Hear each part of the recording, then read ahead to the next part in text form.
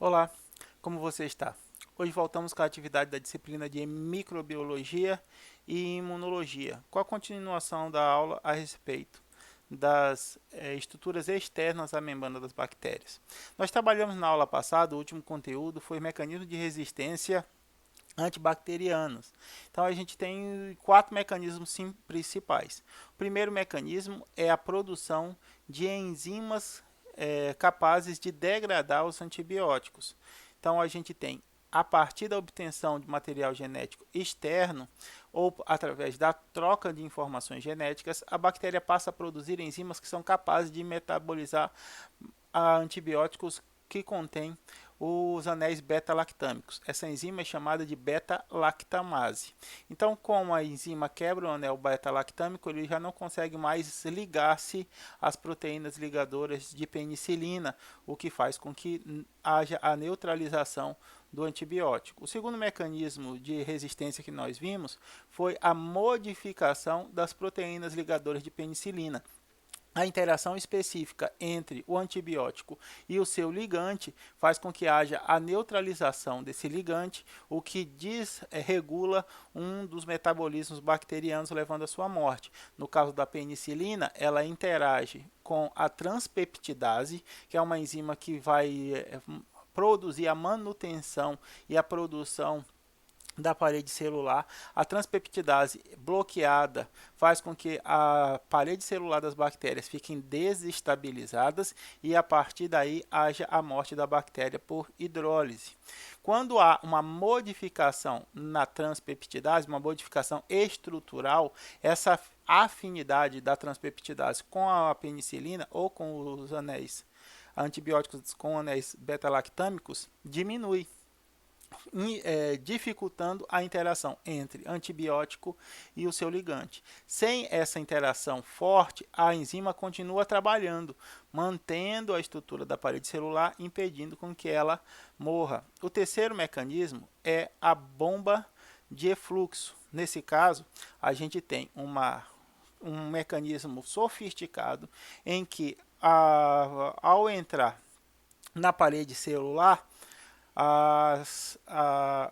o antibiótico não alcance o citoplasma. Ele, na verdade, ele alcança o citoplasma, mas logo ele é ejetado da bactéria para o meio extracelular num transporte ativo contra um gradiente de concentração.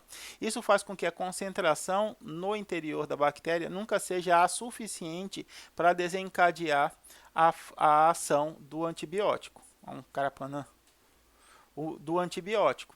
Então, toda vez que uma molécula de antibiótico entra, ela é logo rapidamente exportada para o exterior da célula, fazendo com que a concentração desse antibiótico no meio exterior seja sempre muito elevada, mas no interior da bactéria muito baixa, impedindo a sua atuação eficaz. E o quarto processo acontece nas células bacterianas gram-negativas, onde existe uma membrana externa. Os antibióticos, para alcançarem o citoplasma, têm que passar primeiro pela membrana externa, para alcançar o espaço periplasmático e, posteriormente, alcançar o espaço intracelular. O que acontece nesse quarto mecanismo? Há uma diminuição da permeabilidade das membranas. A gente sabe que a bicamada lipídica tem um, uma característica de permeabilidade seletiva. Não é toda substância que é capaz de atravessar a membrana plasmática. As substâncias polares, elas precisam ou substâncias com carga, elas precisam passar por poros específicos, chamados de porinas, né, proteínas da família das porinas. Essa a proteína faz com que o meio periplasmático fique acessível aos antibióticos que vêm do meio externo. Quando a bactéria retira essas porinas da membrana externa, ela diminui a sua permeabilidade, ela impede com que esses antibióticos passem para o meio periplasmático, dificultando assim a sua ação. Então temos quatro mecanismos principais envolvidos nos mecanismos de resistência bacterianas. Hudson, existem outros mecanismos relacionados à resistência? Sim, esses são os quatro principais associados. Existem vários outros mecanismos de resistência que estão sendo estudados para serem melhor entendidos e decifrados de que maneira as bactérias conseguem sobreviver a partir da neutralização ou da não obtenção desses antibióticos para o seu meio intracelular. A partir disso, a gente vai continuar falando de parede celular. A gente já viu que paredes celulares têm diferenças em relação à sua composição. Bactérias com uma extensa camada de peptidoglicano, um pequeno espaço periplasmático, são chamados de bactérias gram-positivas, enquanto que bactérias com pouco espaço periplasmático, ou bastante espaço periplasmático, perdão, membrana externa e pouco camada de peptidoglicano são chamadas de bactérias gram negativas. Isso devido à coloração de gram que a gente vai trabalhar hoje. Nesse grupo de bactérias, nós temos uma molécula principal que são chamadas de peptidoglicano, são as moléculas de identidade dessas bactérias. Enquanto que nessas moléculas nós temos a molécula de identidade chamada de LPS, de lipopolissacarídeos. Eita. Tá? Então, como é que estão constituídas essas camadas de peptidoglicano, Hudson? Existem dois subcomponentes que são essenciais para a constituição dessa organização. Peptidoglicano, como a gente já falou na aula anterior, é a associação entre um carboidrato, uma fração de carboidrato e uma fração de proteína. Então, a gente tem aqui, ó, dois compostos que são bases para a constituição das paredes celulares: a acetilglicosamina e o ácido acetilmurâmico. A acetilglicosamina e o ácido acetilmurâmico, só uma coisa, é isso mesmo, estão ligados entre si por uma ligação glicosídica, né? Ligação que interage dois carboidratos do tipo beta 1,4. Como assim, Hudson? Beta 1,4? Deixa eu mostrar para vocês. A hidroxila da acetilglicosamina está no plano superior ao carbono 1, enquanto que a hidroxila do ácido acetilmurâmico está no plano inferior ao carbono 4. Por isso, ligação 1,4, carbono 1 se ligando ao carbono 4. Ligação beta, porque a hidroxila estão em posições diagonais. Quando a gente tem essa ligação, essa característica de ligação, nós dizemos que a ligação é beta 1,4. 1 por causa do carbono 1 da acetilglicosamina se ligando ao carbono 4 do ácido acetilmurâmico. Percebam aqui, ó, a acetilglicosamina tem um grupo acetil, por isso acetilglicosamina. Enquanto que o ácido acetilmurâmico tem, além do grupo acetil, um conjunto de aminoácidos ligados a eles. Essa é a parte peptídica, essa é a parte proteica, enquanto essa é a parte carboidrato, essa é a parte glico. Então, a gente tem um peptidoglicano, a associação entre uma molécula de proteína com as moléculas de açúcar. Então, aqui a gente tem alanina, que é um aminoácido, ácido glutâmico, outro aminoácido, novamente alanina, ácido mesodiaminopimélico. Égua, Hudson, estranhíssimo esse nome, né? Muito estranho. Mas a gente não vai precisar lembrar desses nomes especificamente. O que é que a gente precisa saber? A gente precisa saber que a parte peptídica dos peptidoglicanos está ligado ao ácido acetilmurâmico. A acetilglicosamina é um subcomponente que vai dar origem a uma rede extensa, mas apenas o ácido acetilmurâmico contém a parte proteica a eles associados. Novamente, aqui a gente tem a relação, mostrando mais detalhadamente a estrutura da proteína, a estrutura peptídica e principalmente as siglas. A acetilglicosamina é NAG e o ácido acetilmurâmico é NAN. Tudo bem? Aqui novamente a mesma figura mostrando a interação glicosídica entre esses dois elementos, duas hidroxilas se ligando, liberando uma molécula de água e fazendo uma ligação covalente entre dois carboidratos. Isso serve para quê, Hudson? A estrutura, imaginem o seguinte, a estrutura da parede celular, ela é como se fosse uma malha de concreto em volta da membrana celular das bactérias. Das bactérias. Então a gente tem a associação dos tijolos, que são a acetilglicosamina e o ácido acetilmurâmico. Esses indivíduos são os tijolos que vão estar associados para formar essa parede, esse muro, essa rede que está recobrindo as membranas plasmáticas. O Carapanã continua me rondando aqui. Aí o que acontece? Só que uma parede feita apenas por tijolos, ela não é forte o suficiente para manter a rigidez estrutural de uma casa. Ela precisa de suportes de concreto, ela precisa de vigas, ela precisa de colunas de concreto para dar estabilidade estrutural. Então, só a ligação entre os açúcares ela seria insuficiente para ser responsável pela forma, por ser responsável pela resistência à pressão osmótica, para contribuir no processo de divisão celular, como são características da parede celular, como que nós já vimos. O que acontece? A parte peptídica faz essa amarração, essa ligação cruzada entre as frações do ácido acetilmurâmico, que tem a parte de proteína se ligando a outra parte de proteína, fazendo ligações peptídicas, ligações bastante fortes que vão dar estabilidade a essa molécula.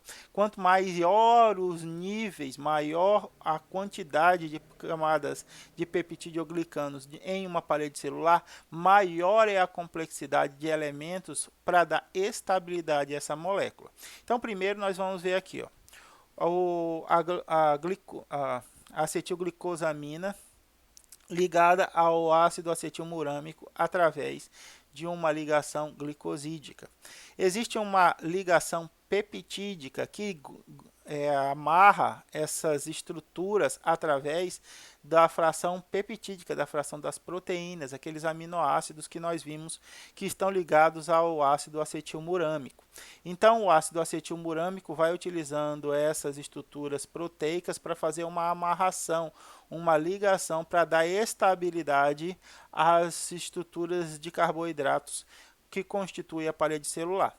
Então vejam só, a gente além das ligações glicosídicas, e nós temos ligações peptídicas. Vejam só, não sei se vocês já viram em alguma construção como é que faz concreto.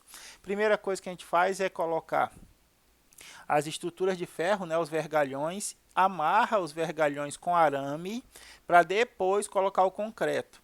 Os vergalhões vão dar flexibilidade ao concreto. Essa estrutura ela não pode ser muito rígida também, porque se ela é muito rígida, ela perde flexibilidade, o que atrapalharia uma série de atividades celulares das bactérias. O que essa característica, que essa rede precisa ter? Ela precisa ser resistente à pressão, ela precisa ajudar a dar forma e ela precisa ajudar durante o processo de multiplicação celular. Para isso, ela é constituída do grupamento de açúcares formado pela acetilglicosamina e o ácido acetilmurâmico, mas só os açúcares não daria resistência suficiente para essas proteínas. Então, o ácido acetilmurâmico tem projeções proteicas que se ligam entre si, ligando as diferentes camadas ou as diferentes estruturas formadas por açúcar, dando flexibilidade e resistência a essa camada de peptidoglicanos, o que vai favorecer as características que as células necessitam, as células bacterianas necessitam. Então, nós temos aqui uma membrana característica, uma membrana gram-negativa. Do que ela é constituída? Ela tem uma membrana externa e uma fina camada de peptidoglicanos. A associação, a soma da membrana externa mais a fina camada de peptidoglicano é que nós chamamos de parede celular das bactérias gram-negativas. Nas gram-positivas, nós temos uma extensa camada de peptidoglicano. Nós não temos A membrana externa, ela é substituída por camadas adicionais de peptidoglicanos. Então, isso caracteriza bem a diferença entre bactérias gram-negativas das bactérias gram-positivas. O que mais que a gente tem, Hudson? Na membrana externa, nós temos os glicolipídios, ou os LPS, os lipopolissacarídeos. Nós temos os poros por onde as substâncias entram do espaço extracelular para o espaço periplasmático. Lembra que precisa de poros, essas porinas aqui, ó, são por onde há a passagem dessas substâncias do meio extracelular para o meio periplasmático. Daqui ainda há necessidade de passar por mais uma membrana, a membrana plasmática, para alcançar o espaço citoplasmático, o espaço intracelular. Além disso, nós temos proteínas associadas, proteínas de ancoragem para a camada de peptidoglicanos. Como essas proteínas estão associadas a lipídios, elas são chamadas de lipoproteína. Aqui nós temos o espaço periplasmático. Veja que o espaço periplasmático nas gram-negativas é abundante, enquanto que essa mesma característica é escassa nas gram-positivas. Novamente, não é que as gram-positivas não tenham espaço periplasmático, elas têm espaço periplasmático, mas elas têm pouquíssimo espaço periplasmático. E após o espaço periplasmático, nós temos a membrana citoplasmática, então uma bicamada lipídica contendo suas proteínas de transporte, proteínas sinalizadoras. De modo geral, a gente pode classificar as paredes de acordo com um tipo de coloração, que a gente chama de coloração de gram. Então, as gram-positivas, elas têm muitas camadas de peptidoglicano, formando essa estrutura rígida e conferindo uma cor violeta quando essas bactérias passam por essa coloração. Já as gram-negativas têm uma camada fina de peptidoglicano, no entanto, elas têm uma membrana externa associada a essa camada fina de peptidoglicano, que traz complexidade a essa parede celular, além de várias vantagens, como permeabilidade ainda mais seletiva, porque aqui eu tenho duas membranas, duas bicamadas lipídicas para ser atravessado antes de chegar ao espaço intracelular, e uma série de outras características que nós vamos trabalhar daqui a pouco. Mas enquanto é esse tipo de coloração de gram, Hudson, o que é isso?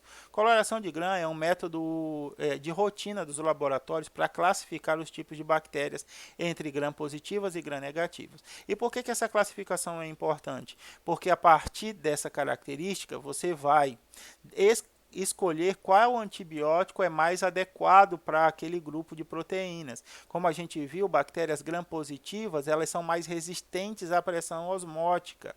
Elas têm alta permeabilidade, eu tenho acesso fácil à membrana plasmática, porque não existe nenhuma barreira externa. Enquanto que as bactérias gram-negativas, elas são menos resistentes à pressão citoplasmática, mas ela tem uma pressão externa, e elas são mais seletivas à entrada dessas substâncias no espaço periplasmático, porque existe uma membrana externa que seleciona essa entrada. Pressão osmótica, desculpa isso. Eu queria lembrar, mas a palavra me escapou. E quando a gente não está interagindo na sala, eu não consigo perguntar para vocês o que eu queria falar. Aí eu fico tentando me lembrar sozinho. O que acontece? De acordo com a forma com que os diferentes corantes interagem com os diferentes componentes da parede celular, elas podem ser coradas de violeta ou de rosa. As bactérias gram-positivas são coradas em violeta, enquanto as bactérias gram-negativas são coradas em rosa. Isso porque, Hudson, existe uma série de corantes dentro da coloração de gram. O primeiro corante, primeiro a gente faz a fixação das bactérias. Você pega uma cultura de bactéria que pode estar em placa, em água, lembra lá aquele meio sólido que contém os nutrientes, que é adicionados nutrientes e colocados em placas. Ou eles podem estar em caldo, um meio de cultura sem água, um meio líquido. O que você faz? Você coleta essa cultura de bactérias, espalha bem sobre a lâmina, de modo a ficar bem homogêneo o material sobre a lâmina. A gente faz a fixação desse material esperando o líquido secar ao vento, ou a gente pode apressar colocando sobre a chama do bico de Bunsen. Bico de Bunsen parece uma lamparina, né? Ele é ligado no gás e ele serve para manter a esterilidade do ambiente em que você trabalha. Ao redor do fogo, a gente gera um halo de mais ou menos 30 centímetros de ambiente estéreo, porque todos os micro-organismos do ar que vão se aproximar daquele ambiente, aquela chama, eles são incinerados nesse processo. Então, quando você trabalha próximo ao fogo, apesar de você não ter nenhum isolamento da sua amostra do ambiente, você mantém a amostra sem contaminantes, porque todo micro-organismo que se aproxima a menos de 30 centímetros da chama do bico de Bunsen, ele é incinerado. Então a gente trabalha perto do bico de Bunsen, fazendo o espalhamento dessa colônia de bactérias sobre a lâmina para fazer essa separação que a gente vê aqui, ó. Se a gente faz um espalhamento inadequado desse material, elas ficam todas aglomeradas umas sobre as outras e você não consegue visualizar com detalhes como a gente vê aqui. Quanto mais espalhado você conseguir fazer as suas amostras, melhor a sua visualização no final. Depois disso a gente entra com o primeiro corante, que é o chamado de cristal violeta. O cristal violeta ele vai passar rapidamente pela camada de peptidoglicano, mas vai demorar para passar pela membrana externa das bactérias para alcançar o espaço periplasmático. Novamente, as bactérias gram-positivas não têm uma permeabilidade, não tem uma membrana externa que aumente essa permeabilidade. Então, o cristal violeta alcança a camada de peptidoglicano e vai direto até o espaço periplasmático. Enquanto que nas bactérias gram-negativas, esse cristal violeta ele precisa passar pelas porinas lentamente até alcançar o espaço periplasmático. O que acontece? A partir disso, a gente deixa aqui 40, 50 segundos o cristal violeta interagindo com a amostra. A partir disso, a gente coloca o iodo. O iodo faz com que a gente cristalize o cristal violeta. O cristal violeta ele forma cristais, por isso o nome, em contato com o iodo. E eles ficam insolúveis em água. Tá? Eles se tornam hidrofóbicos. Então, lá dentro do espaço periplasmático das bactérias gram-positivas, eu vou construir uma quantidade muito grande de cristais de iodo, que não vão ser removidos pela água. E nas bactérias gram-negativas, eu vou construir pouco cristais de iodo, porque pouco cristal violeta com o iodo, porque pouco corante violeta invadiu o espaço periplasmático. Depois o que eu faço? Eu pego um álcool, um descorante. Hudson, você estava corando e agora você vai descorar. Isso, eu vou colocar álcool sobre as bactérias. Por que álcool? Porque o cristal violeta não é mais solúvel em água, ele só é solúvel em álcool. Eu deixo o álcool coisa de 5 a 10 segundos em contato com a minha amostra. Nas bactérias gram-positivas, eu tenho muito cristal violeta, então essa quantidade de álcool por esse período de tempo não vai ser suficiente para remover todos os cristais dentro do espaço periplasmático, conferindo a essas bactérias a cor violeta.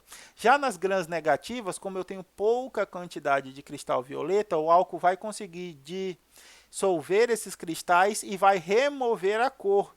Então aqui, ó, eu tenho bactérias nos primeiros passos coradas com cristal violeta. Depois do iodo, eu tenho a cristalização do violeta, do corante violeta.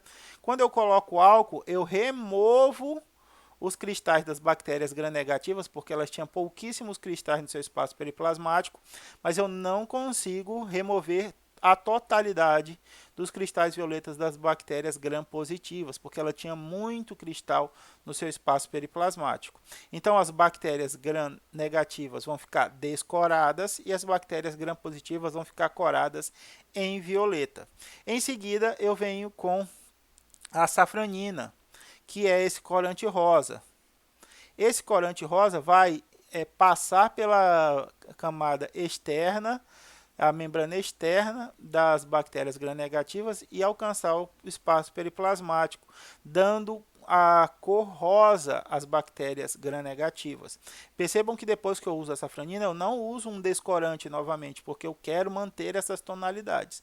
Quando eu levo ao microscópio, eu vejo bactérias coradas em violeta ou em roxo e bactérias coradas em rosa.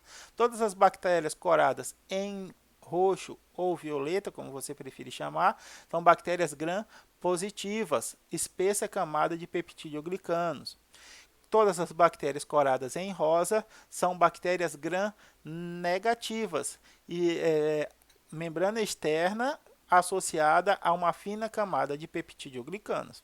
Ah, Ruth, e quem foi que desenvolveu essa coloração? Quem desenvolveu essa coloração foi Hans Christian Joachim Gram. Por isso que nós chamamos de coloração de Gram. Ainda bem que pegamos só os sobrenomes. Já pensou se a gente tivesse que chamar de coloração de Hans Christian Joachim Gram? Ainda bem que ficou apenas coloração de Gram. Esse método é utilizado rotineiramente nos laboratórios de microbiologia.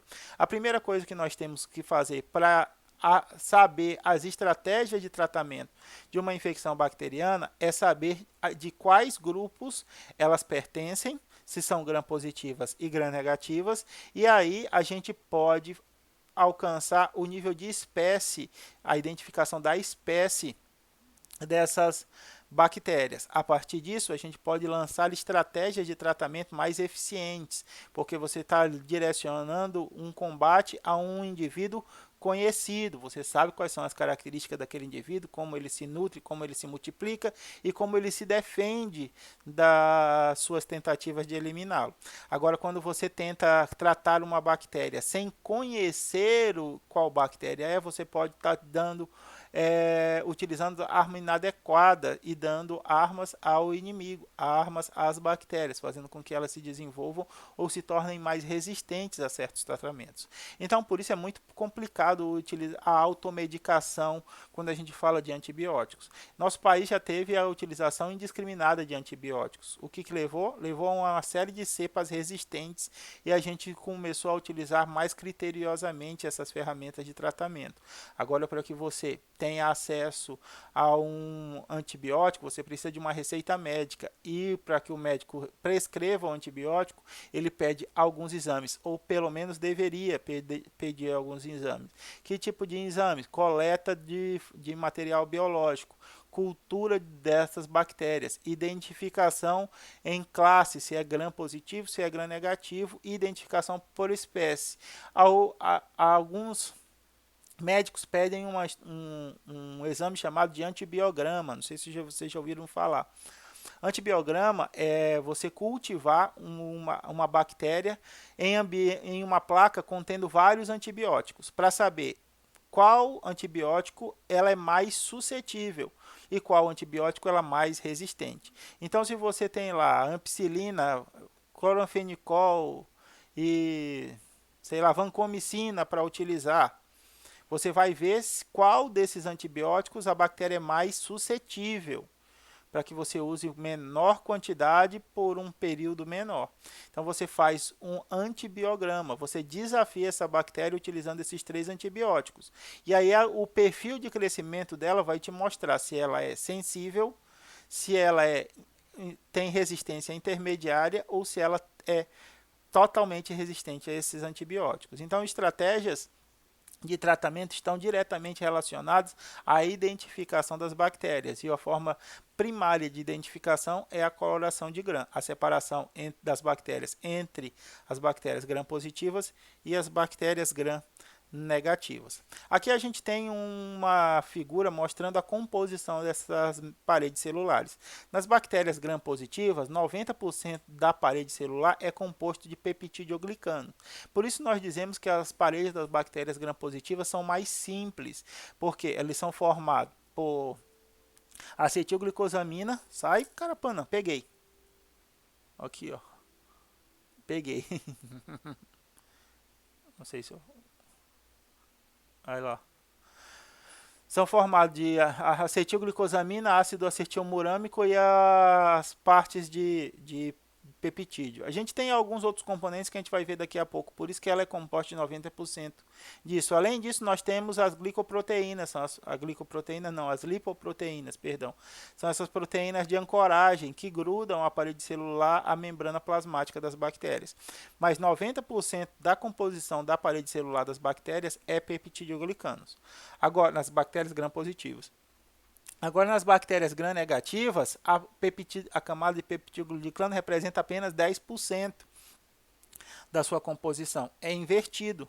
90% dos componentes da parede celular das bactérias gram-negativas são membranas externas, são glicoproteínas, glicolipídios, peptidoglicanos representam apenas 10%. Então nós temos aqui uma maior complexidade, uma maior diversidade de componentes químicos, o que vai dar algumas vantagens às bactérias gram-negativas em relação às bactérias gram-positivas. E vai dar algumas desvantagens também. As bactérias gram-negativas, por terem uma camada muito fina de peptidoglicano, elas são menos resistentes à pressão osmótica em comparação às bactérias gram-positivas. Ok? Então aqui a gente tem um coco gram-positivo, coradinho em roxo, lá pela coloração de gram, e aqui a gente tem um bacilo gram-negativo, coradinho em rosa, lá pela coloração de gram. Aqui na lâmina a gente consegue ver quando a gente tem a mistura das culturas em uma mesma lâmina. A imagem não está meio boa porque o microscópio já estava velho e estava fazendo essa imagem amarela. O fundo não é totalmente branco, mas quando o fundo é totalmente branco, fica bem mais fácil de identificar. Mas aqui a gente tem as bactérias em forma de bastão, os bastonetes, os bacilos, né?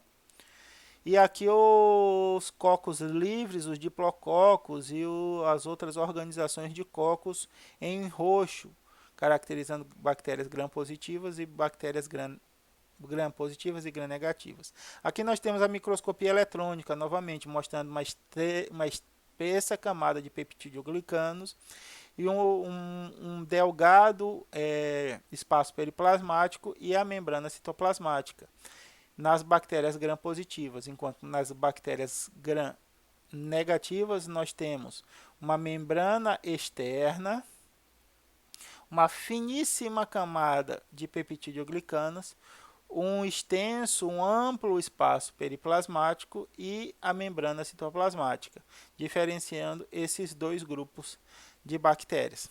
Aqui é mais um elemento para mostrar isso.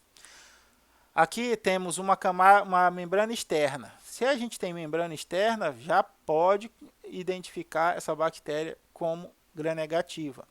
Fina camada de peptidoglicanos. Essa soma dessas duas estruturas, membrana externa mais peptidoglicano, é que forma a parede celular das bactérias gram-negativas. Enquanto nas bactérias gram-positivas, nós temos uma extensa camada de peptidoglicano e um delgado espaço periplasmático. Percebam que as estruturas como o flagelo, como o pili, estão todas associadas à membrana citoplasmática. Então, elas atravessam a membrana externa e a camada de peptidoglicano para serem ancoradas na membrana plasmática, porque aqui existem uma série de proteínas que vão auxiliar a movimentação do flagelo e permitir a transferência de material genético através do pili, como a gente viu.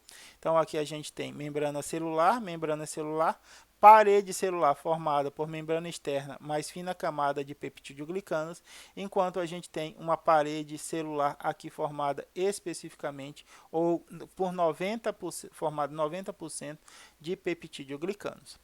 Agora nas gram-positivas, por existir uma camada muito muito extensa de peptidoglicanos, só a amarração realizada pela acetilglicosamina, pelo ácido acetilmurâmico e os peptídeos, as ligações cruzadas desses peptídeos, não são suficientes para manter isso. Se você tem poucos níveis, essas ligações são suficientes para manter a estabilidade da parede celular. Mas se vocês têm muitos níveis, outros elementos devem ser adicionados para que essa estrutura mantenha-se estável. Então, nas bactérias gram-positivas, nós encontramos dois outros elementos que não são encontrados nas bactérias gram-negativas. Quais são eles? O ácido teicoico e o ácido lipoteicoico. Ok? Olhem para mim aqui. Qual é a diferença entre ácido teicoico e ácido lipoteicoico? Dê uma olhadinha na imagem aí, pause o vídeo, olhe a imagem, depois retoma. E aí, identificou? O nome já diz qual é a diferença. Ácido teicoico e ácido lipoteicoico.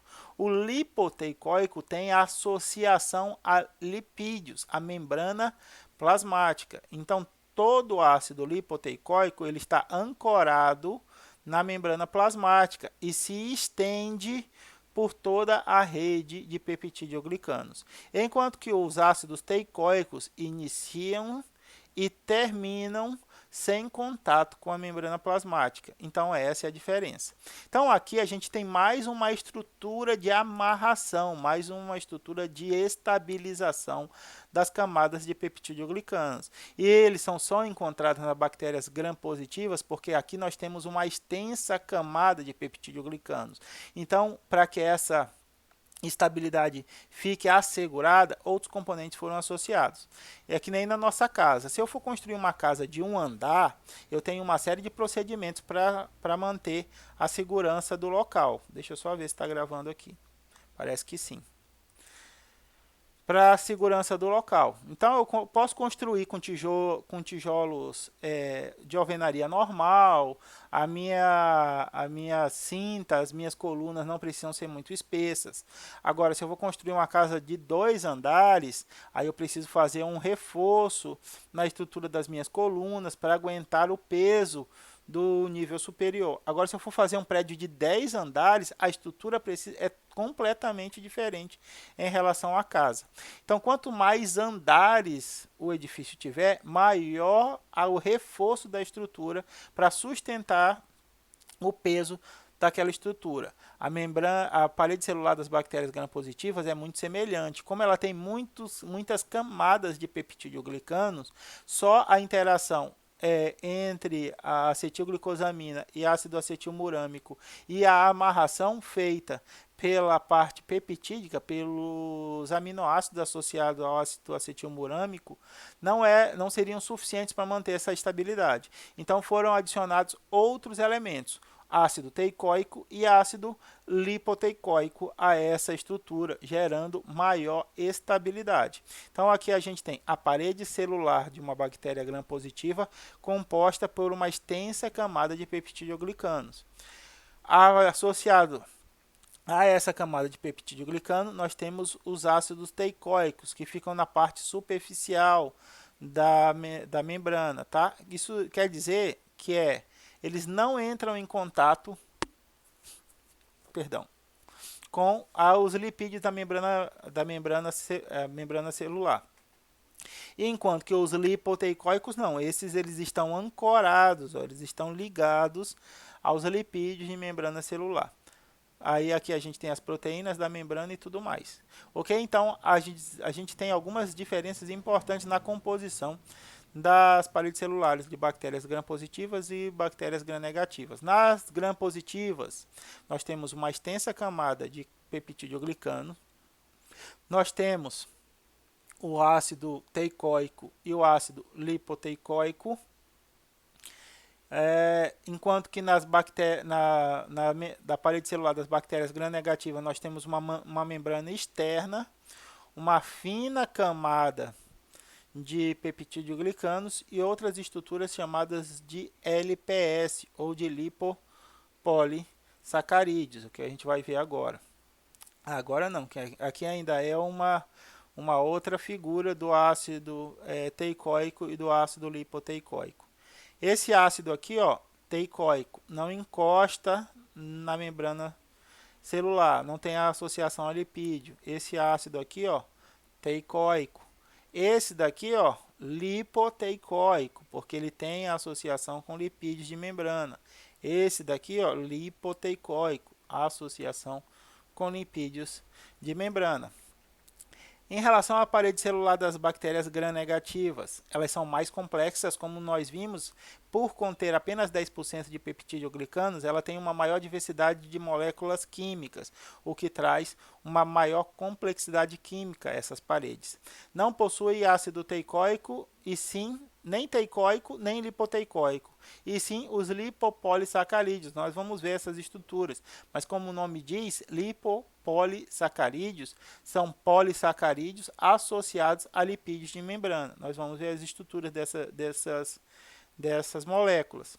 Tá? A parede celular das gram-negativas, membrana externa, que contém SPS, LPS, associada à camada fina de peptidoglicano.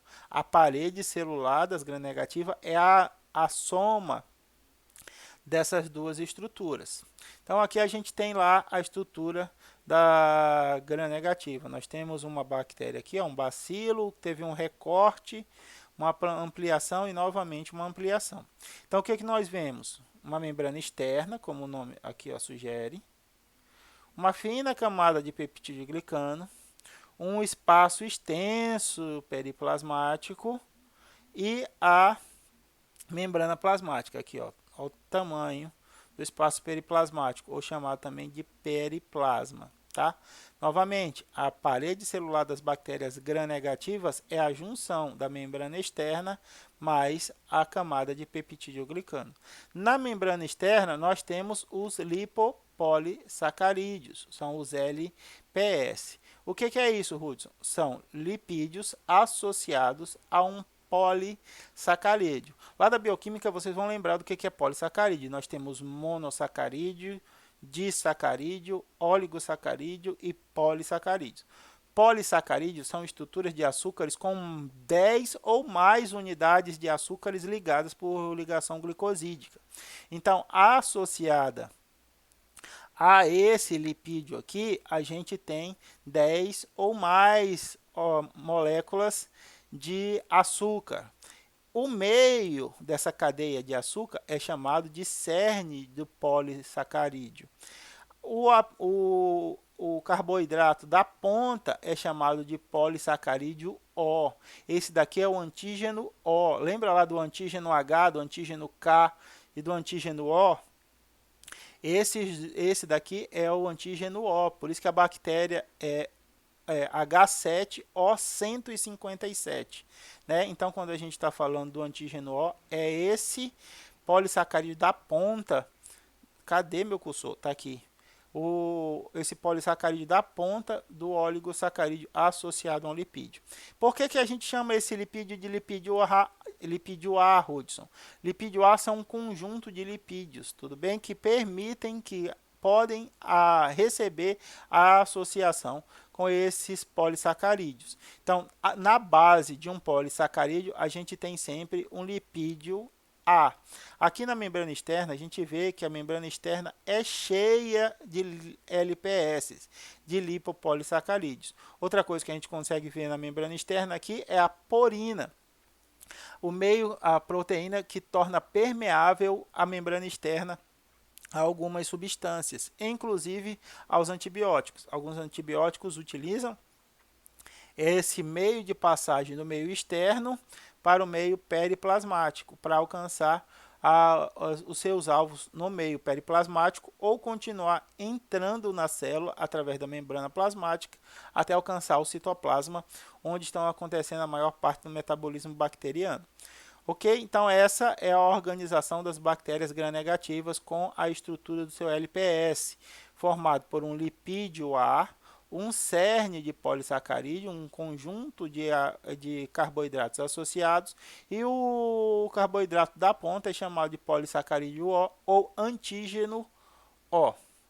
Novamente aqui uma imagem mais detalhada, mostrando os LPS. Aqui estão o lipídio A, o cerne do polissacarídeo, e aqui a gente vai ter o antígeno O, a sequência de carboidratos da ponta, que é o antígeno O. Aí aqui a gente tem glicose, galactose, epitose, uma série de carboidratos que compõem o cerne. A eles ligados, lipídio A. Dentro, abaixo da membrana externa, nós temos o espaço periplasmático. No espaço periplasmático, nós contemos os peptidoglicanos. Os peptidoglicanos estão ligados à membrana externa e à membrana interna através de lipoproteínas, proteínas de ancoragem, que se ligam à membrana externa e a camadas de peptidoglicano, e a proteínas que se ligam à membrana citoplasmática e às camadas de peptidoglicano, dando estruturando, dando estabilidade a todas essas moléculas. Esse MOD aqui são oligosacarídeos derivados da membrana. Oligosacarídeos são outras estruturas associadas com açúcares, só que entre 3 e 10 unidades de açúcares unidas por ligações glicosídicas.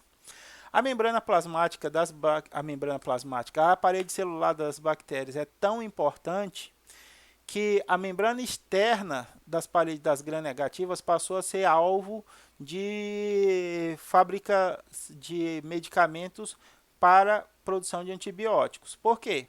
Por alguns propriedades especiais.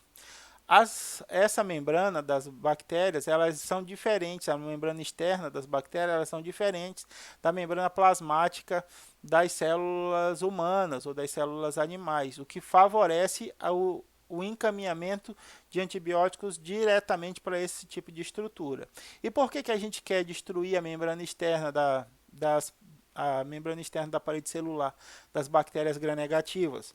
Isso porque elas fazem parte, elas estão contidas dentro da parede celular. Se eu destruo a membrana externa, eu desestabilizo toda a parede celular e provoco a morte da bactéria gram-negativa.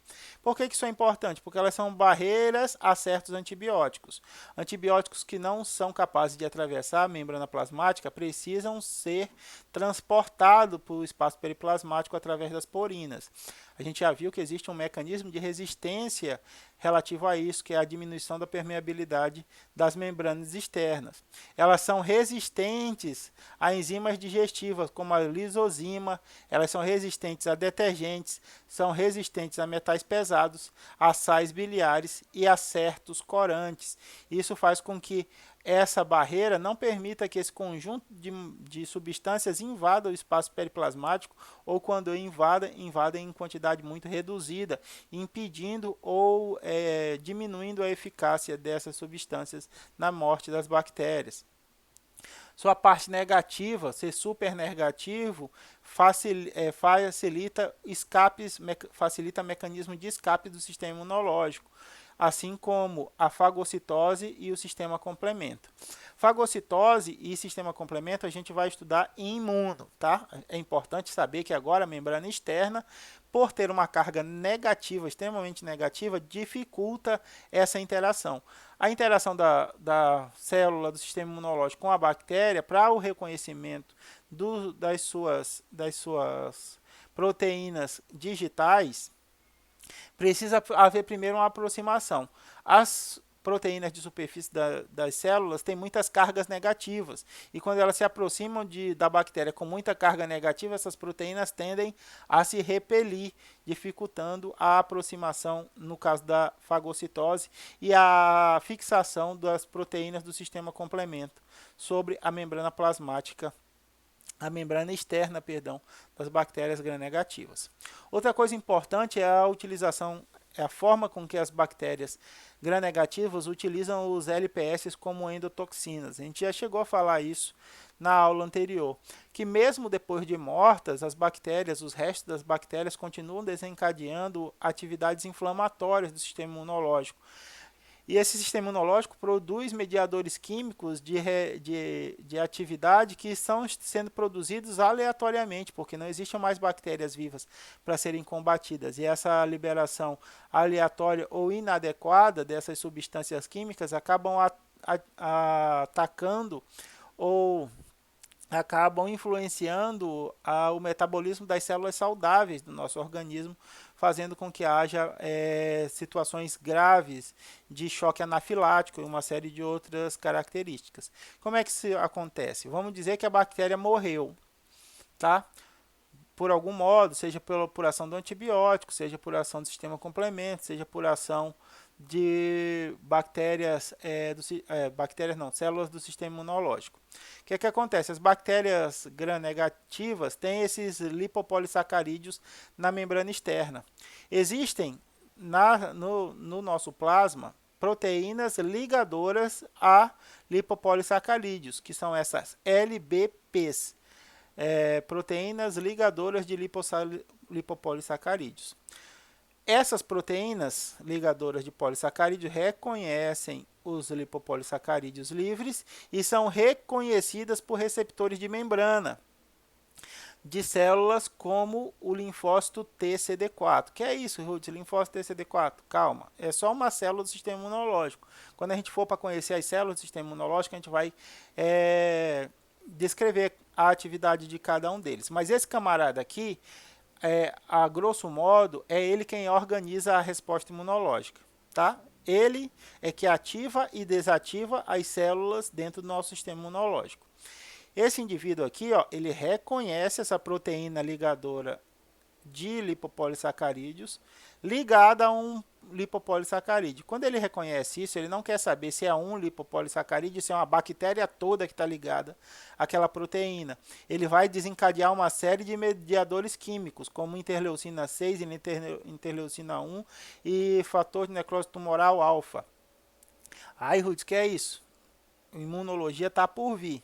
Qual é a função? Recrutamento de células, resposta acurada nas fases e a produção de choque por endotoxina, o que a gente chama de choque anafilático.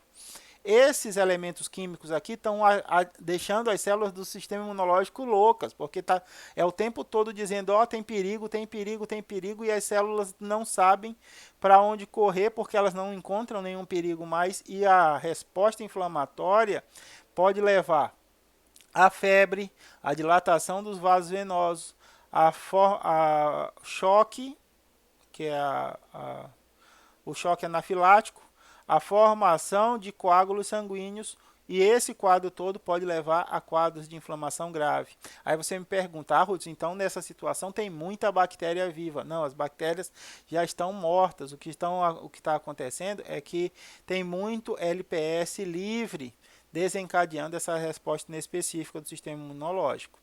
Tá? E em relação aos grupos, Ruth, quais são as bactérias de cada grupo? Nós temos algumas bactérias bastante importantes dentro dos grupos das gram-positivas. A gente tem os streptococcus, os estafilococos, os enterococos, nós temos as listérias, todas as bactérias dentro do grupo das gram-positivas. Dentro do grupo das gram-negativas, nós temos a Escherichia coli ou Escherichia coli. Nenhum do mundo, o pessoal da microbiologia, os microbiólogos, os taxonomistas reconhecem os dois nomes como correto, ou Escherichia ou Escherichia, depende da forma que você prefere falar.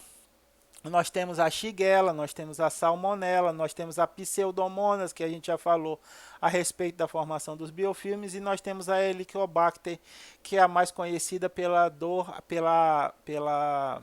cólica estomacal, né? A mais conhecida das Helicobacter são as Helicobacter pylori, aquelas que causam a ferida na parede do nosso estômago, tá? Para que as bactérias, elas já estavam no mundo antes da gente surgir. E para que a gente surgisse no mundo, a gente precisou desenvolver mecanismos de defesa contra essas bactérias. Então a gente produz fármacos naturais que já estão presentes em nós desde o nosso nascimento. Quem são eles? A lisozima, que é uma enzima que quebra a ligação glicosídica entre o ácido acetilmurâmico e a acetilglicosamina. Eu quebro essas ligações, decomponho a parede celular e mato a bactéria. Essa lisozima ela está constituinte da lágrima, das nossas mucosas e da nossa saliva. Então, essas regiões onde a gente está mais exposto, nosso olho, a nossa mucosa nasal, a nossa mucosa oral, nosso trato respiratório todo é recoberto por essa enzima para diminuir a chance de infecção dessas regiões por bactérias que contêm parede celular. A partir dessa observação, a farmacologia, as farmácias começaram a desenvolver elementos químicos específicos para as paredes celulares, tanto gram-positivas quanto gram-negativas. Como a gente viu, a diversidade dessas paredes é bastante interessante, é bastante grande. Então não é possível a utilização da mesma estratégia para as duas paredes, porque não vai dar certo. Primeira coisa que a gente tem que fazer é identificar o tipo de bactéria que nós estamos combatendo. Então, o que aconteceu? O conhecimento da fisiologia, da genética das bactérias permitiu a construção de grupos de medicamentos que atacam locais específicos da bactéria. Nós temos antibióticos que atacam síntese de parede, nós temos antibióticos que atacam a organização do material genético, nós temos antibióticos que atacam o RNA, aqui também é RNA, síntese de proteína,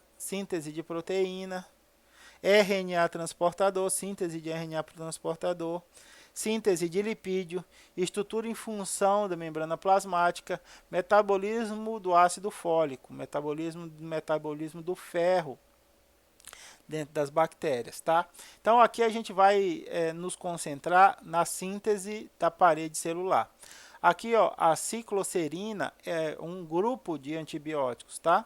Assim como a vancomicina é um antibiótico, a bacitracina é um antibiótico, as penicilinas são um grupo de antibióticos, assim como as cefalosporinas, a gente viu que são um grupo de antibióticos, os monobactâmicos, os carbopentamos, são todos antibióticos que vão, de algum modo, interferir na estrutura da parede celular das bactérias.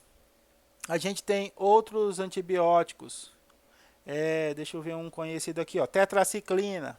Tetraciclina é bastante conhecido e ele atua na subunidade menor dos ribossomos, atrapalhando a síntese de proteínas. Canamicina é muito usado também. Quem tem criança em casa já provavelmente usou bastante canamicina e tetraciclina para esses antibióticos de amplo espectro, né, para tratamento de infecções bacterianas. Meus amores, a gente já chegou ao final da nossa 1 hora. E agora a gente entende a diferença das estruturas das paredes celulares, das bactérias gram-positivas e das bactérias gram-negativas. O que a gente vai abordar na próxima aula é a membrana plasmática dessas bactérias. Então a gente trabalhou na aula anterior estruturas externas à membrana, então a gente trabalhou flagelo, fímbria, pile, glicocálice. Trabalhou nessa aula parede celular, que também é uma estrutura externa à membrana celular. Na próxima aula nós trabalharemos a membrana celular das bactérias, como é que elas desencadeiam as suas trocas de substâncias, transporte ativo, transporte passivo e uma série de outras coisas. Tudo bem? Espero que vocês estejam bem, cuidem bem de si, dos seus familiares, para que a gente possa passar por esses tempos difíceis. Abraço a todos, qualquer coisa eu estou no WhatsApp.